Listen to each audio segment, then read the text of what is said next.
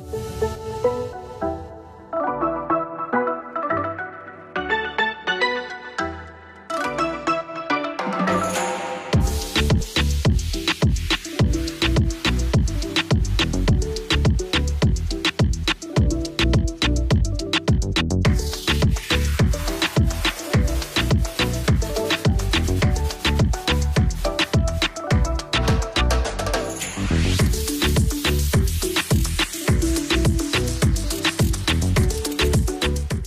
datang kembali di YouTube channel dan podcast Andi Suanda. Hari ini saya bersama Dr. Budi Herlianto, seorang internis di Rumah Sakit Adi Husada, Surabaya.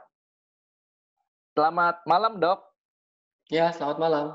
Thank you sudah menyempatkan waktu untuk berdiskusi dengan kita seputar COVID.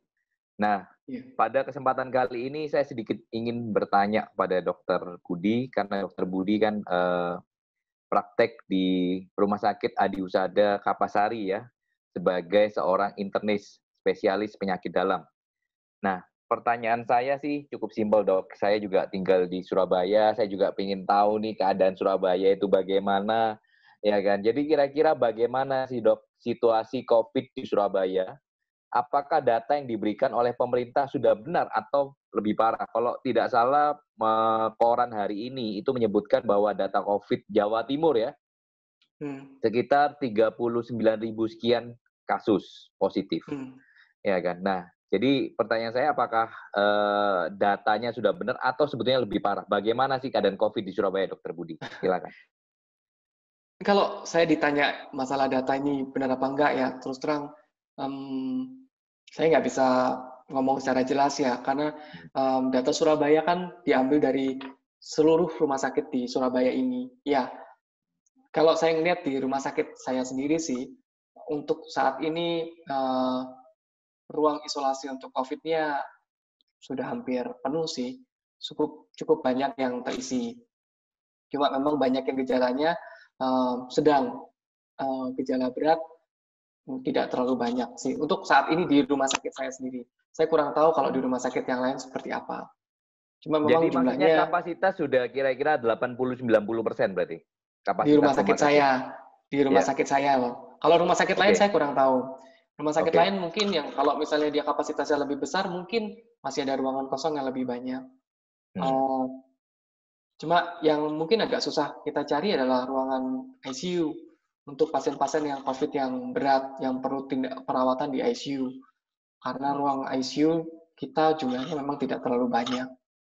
Tapi kalau ruangan isolasi biasa, mungkin masih bisa ada di rumah sakit tenda itu jumlahnya cukup banyak sih setahu saya. Tapi kalau di rumah sakit lain saya kurang tahu jelas pasti angkanya kayak gimana.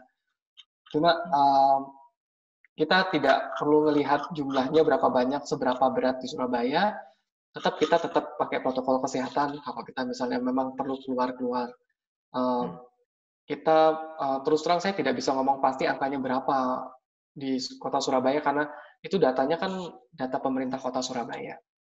Tapi memang kasusnya masih cukup tinggi dan ada kemungkinan OTG yang tidak ada gejala itu juga cukup banyak. Jadi ya tetap kita harus hati-hati kalau terpaksa keluar, tetap kita patuhi protokol kesehatannya itu. Jadi sekarang itu kategori yang Dr. Budi sampaikan adalah pasien dengan kondisi maksudnya itu menengah ya, sedang ya. Jadi maksudnya dengan gejala sedang ini maksudnya bagaimana sih, Dok? Oke. Jadi COVID secara umum kita bagi sakitnya tuh dari ringan, sedang, berat, sama nggak ada gejala sih. Kalau nggak ada gejala ya nggak ada gejala seperti orang biasa. Kalau ringan batuk-batuk biasa, pilek biasa seperti itu. Yang biasanya dirawat di rumah sakit itu yang biasanya gejalanya sedang. Dari foto kita temukan ada pneumonia. Pneumonia itu infeksi paru-paru. Orangnya mengaku sedikit sesak, lemas. Ada penyakit penyerta. Karena penyakit penyerta itu bisa cepat mengalami perburukan kalau pasiennya COVID ya. Itu biasanya yang kita rawat di rumah sakit. Atau penyakit berat, infeksi COVID-nya berat sampai dia menderita gagal nafas, gerak dikit sudah sesak sekali, lemas sekali. Itu yang biasanya dirawat di rumah sakit. Kalau gejalanya ringan atau gejalanya tidak ada gejala, biasanya tidak menjalani perawatan di rumah sakit sih, tapi dirawat di rumah sakit tenda, diisolasi di situ, atau dia menjalani isolasi mandiri di tempat yang sudah ditunjuk pemerintah, atau kalau memang perlu di rumah ya mungkin masih bisa. Cuma sekarang rata-rata di rumah sakit tenda sih ya kalau nggak ada gejalanya. Oke. Jadi kira-kira yang dirawat di rumah sakit yang memang menunjukkan gejala ya, paling nggak minimal ringan ya, kira-kira seperti itu. Oke. Kapan hari itu sempat kira-kira 1-2 bulan lalu gugus tugas COVID kan menyatakan bahwa Surabaya ini kan zona merah ya waktu itu kan, sehingga akhirnya Bu Risma sampai mendatangkan mobil untuk tes ya. Nah, apakah keadaan yang pada waktu itu dengan keadaan sekarang ini sudah banyak perubahan, sudah mulai membaik, atau masih sama saja, Dok, kira-kira kalau di rumah sakit dokter tadi? Kalau dulu awal-awal COVID, kebanyakan pasien nggak tahu kalau dia menderita COVID. Cuma kalau sekarang ini mereka kadang-kadang sudah bawa hasil swab, saya positif atau gimana ya. Jadi memang lebih mudah karena sekarang untuk diagnostiknya Kota Surabaya ini sangat baik sih. Jadi dia banyak dilakukan swab, banyak di tracing, sehingga yang terdiagnosa pun jumlahnya cukup banyak seperti itu. Ya, kalau yang terdiagnosa cukup banyak, akhirnya kan banyak yang bisa kita lakukan isolasi, sehingga harapannya tidak bisa menular ke yang lain. Ya, seperti itu. Cuma tidak bisa kalau tenaga kesehatan atau pemerintah kota bekerja sendirian.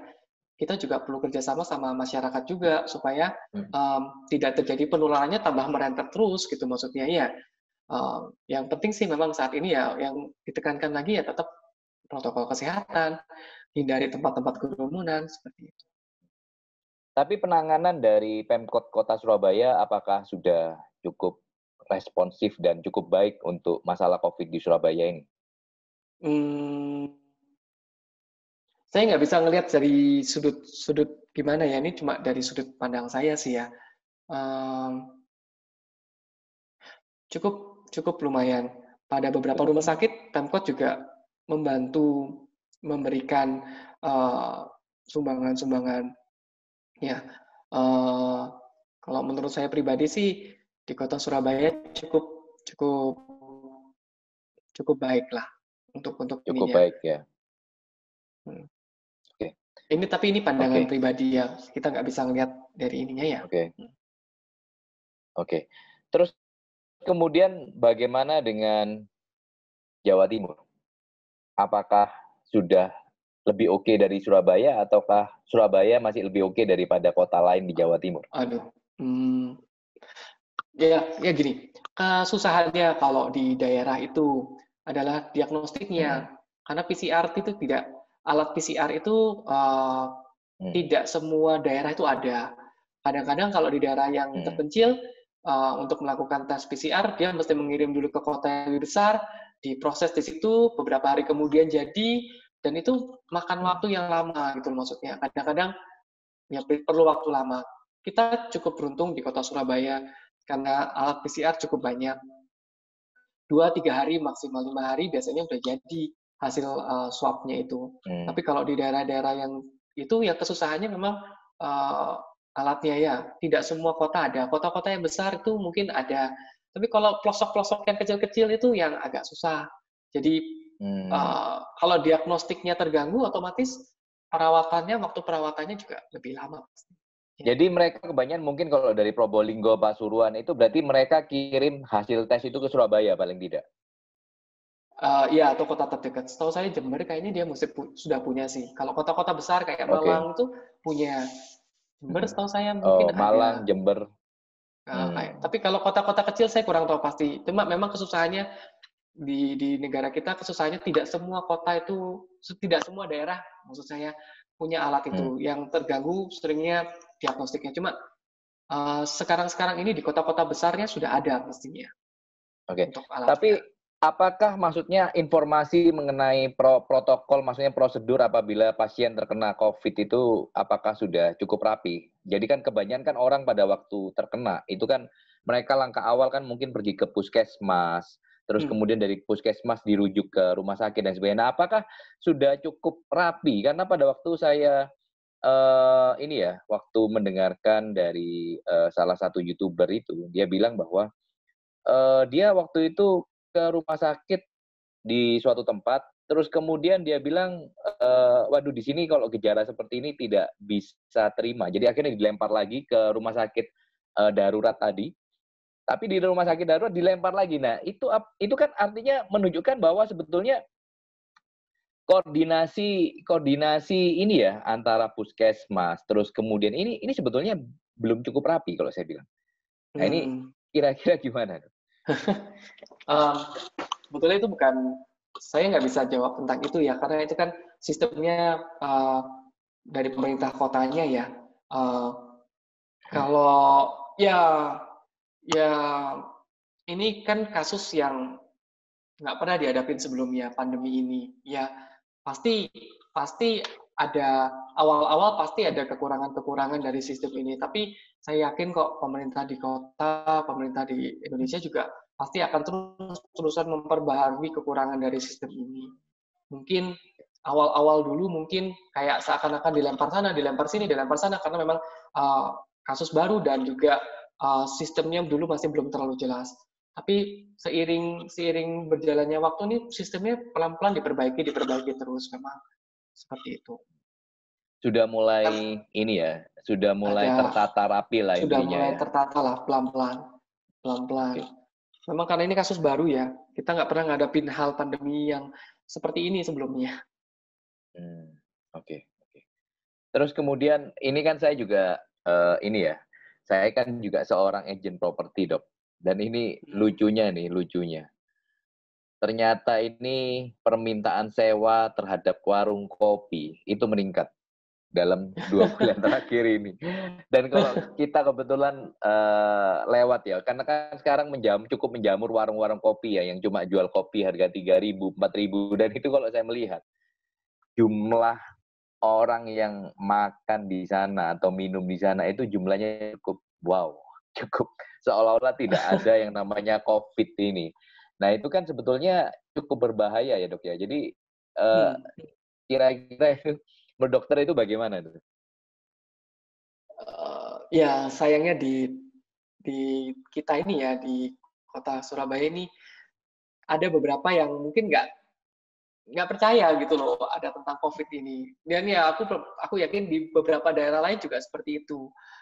Karena ya ya karena mereka nggak mengalami langsung sih ya, mungkin ya. Karena mereka tidak mengalami langsung, jadi mereka nggak tahu seberapa bahayanya COVID ini. Jadi mereka menganggap enteng masalah seperti ini. Uh, kalau saya sendiri sama teman-teman tenaga kesehatan, kita sudah ngalamin sendiri. Kita ngelihat sendiri kayak gimana sih COVID ini, seberapa bahayanya COVID ini. Uh, itu bukan suatu hal yang bisa dipandang remeh sih. Tapi memang kita nggak bisa, ya ini kita perlu edukasi lebih lanjut. Kita perlu sosialisasi tentang kayak gimana sih sebetulnya COVID, penularannya seperti apa. Memang ada beberapa orang yang agak resisten ya, agak kebal ya kalau dikasih tahu seperti itu. Dia pasti uh, ngeluarin tamengnya duluan kalau dia ngomongin seperti itu, mengelak duluan kalau dia ngomongin gitu. Cuma kalau kita nggak kasih tahu terus-terusan tentang bahaya COVID, tentang pentingnya protokol kesehatan, ya nggak akan mari-mari. Tadi saya bilang, kasus COVID di Surabaya ini ya nggak cuma dari pemerintah kotanya, nggak cuma dari tenaga kesehatannya yang perlu kerjasama, tapi juga masyarakatnya, supaya bisa cepat diredam masalahnya. Ya ini kalau masalah sosial kayak gini agak susah ya, tapi perlu kita kasih tahu terus-terusan, kita kasih tahu pelan-pelan ya. Karena dampaknya besar. Kalau ini nggak dihentikan, nanti lama-lama yang awalnya ekonomi dibiarkan jalan, lama-lama ekonominya ikut hancur kalau kita los-losan kayak gini terus, maksudnya seperti itu. Ya, itu ya mesti dikasih tahu, orang-orang itu mesti paham lah pentingnya tentang menjaga seperti ini. Mungkin mereka belum pernah merasakan. Itu ya dilema juga sih ya, karena kadang-kadang bisa ada yang nggak ada gejala. Mungkin mereka merasa dirinya sehat, tapi padahal dia ada infeksi virusnya. Itu perlu ditekankan ke mereka kalau mereka masih bisa mungkin menularkan ke orang lain. Itu sih.